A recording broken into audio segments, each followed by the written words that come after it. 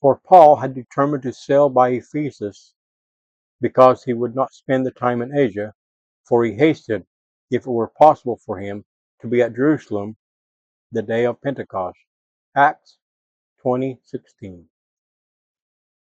Hello and welcome to Guided by the Iron Rod. I'm Thurl Jessup, and I'm continuing our 12-part series, The Holy Ghost. If you know of someone who would benefit from this, please share it, and don't forget to like, subscribe, and tap the bell to stay updated. For prerequisites, see my Faith, Repentance, Baptism, Holy Ghost playlist. Section 4, Pentecost and After. Part 7, The Day of Pentecost, Outpouring of the Spirit. After the resurrection and ascension of Jesus Christ, his apostles remained in Jerusalem, waiting for the promise of the Father. The Lord had commanded them not to depart from the city, but to wait for the promise, which ye have heard of me. For John truly baptized with water, but ye shall be baptized with the Holy Ghost not many days hence. Acts 1:4-5. Though they had felt the Spirit's influence before, the full gift had been withheld until Christ was glorified. John 7:39. Now the time had come for the heavens to open, and for the power of the Holy Ghost to be poured out in a manner never before witnessed. It was the day of Pentecost, a holy feast, marking the harvest, and Jews from every nation under heaven, Acts 2:5, had gathered in Jerusalem.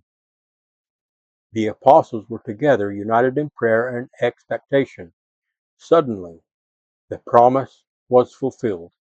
There came a sound from heaven as of a rushing mighty wind, and it filled all the house where they were sitting.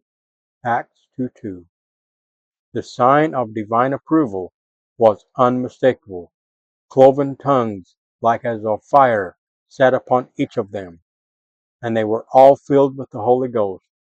Acts 2:3-4. The manifestation of the Spirit was immediate and powerful. The apostles began to speak with other tongues as the Spirit gave them utterance. Acts 2:4. This miracle was not meaningless noise, but a divine sign. Men from Parthia, Media, Mesopotamia, Egypt, Rome, and many other nations heard the gospel preached in their own language. Acts 2:8-11. Where once confusion at Babel had scattered mankind through diverse tongues, the Spirit now united them in hearing the truth of Christ. Peter, who had once faltered in fear, now stood boldly in the strength of the Spirit.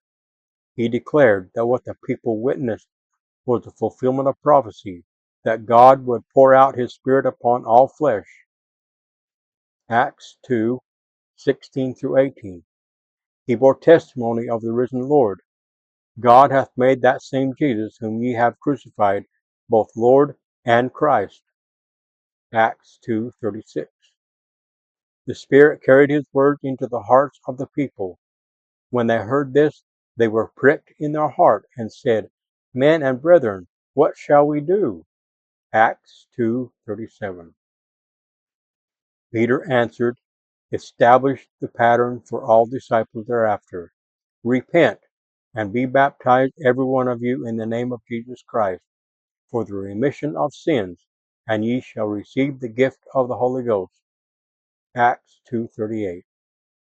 This was not only a temporary outpouring, but the promise of a continual gift, bestowed through proper ordinance and covenant. Luke records that the same day there were added unto them about 3,000 souls. Acts 2:41. From that moment, the Church of Jesus Christ moved forward in power, guided by the Spirit. The events of Pentecost were not confined to Jerusalem. Later, when Peter preached in Caesarea to Cornelius, a Gentile centurion, the Holy Ghost fell on them which heard the word. Acts 10:44. Astonished Jews, believers, heard them speak with tongues and magnify God, a sign that the gift of the Spirit was extended to all nations. Acts 10:45-47. The universality of the Spirit confirmed that God was no respecter of persons, but that all who would come unto Christ could receive his Spirit. The Book of Mormon testifies of this same reality. When the resurrected Christ ministered to the Nephites, his disciples prayed, and they were filled with the Holy Ghost. 3 Nephi 19:13. The record emphasizes that the Holy Ghost did fall upon them, and they were filled with fire. 3 Nephi 19:14. The language recalls the Pentecostal outpouring in Jerusalem. Fire, Spirit, and divine power resting upon faithful disciples. Pentecost thus stands as a turning point in God's dealing with his children. The Spirit, once given sparingly and chiefly to prophets, was now poured out broadly upon covenant people. It confirmed the reality of Christ's atonement, empowered the apostles to stand as witnesses, and opened the way for the gospel to spread across nations and languages. The gift of the Holy Ghost became the constant companion promised to all who would repent, be baptized, and receive the ordinance by the laying on of hands. Acts 8:14-17, and Moroni 2:2. The same Spirit poured out at Pentecost continues to bless disciples today.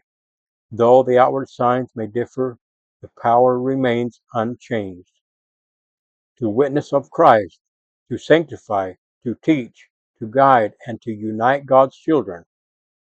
Truly, the day of Pentecost marked not an ending, but the beginning of the ongoing ministry of the Holy Ghost in the lives of all who follow Jesus Christ. In the name of Jesus Christ, knowing I am accountable for how I use his name, amen.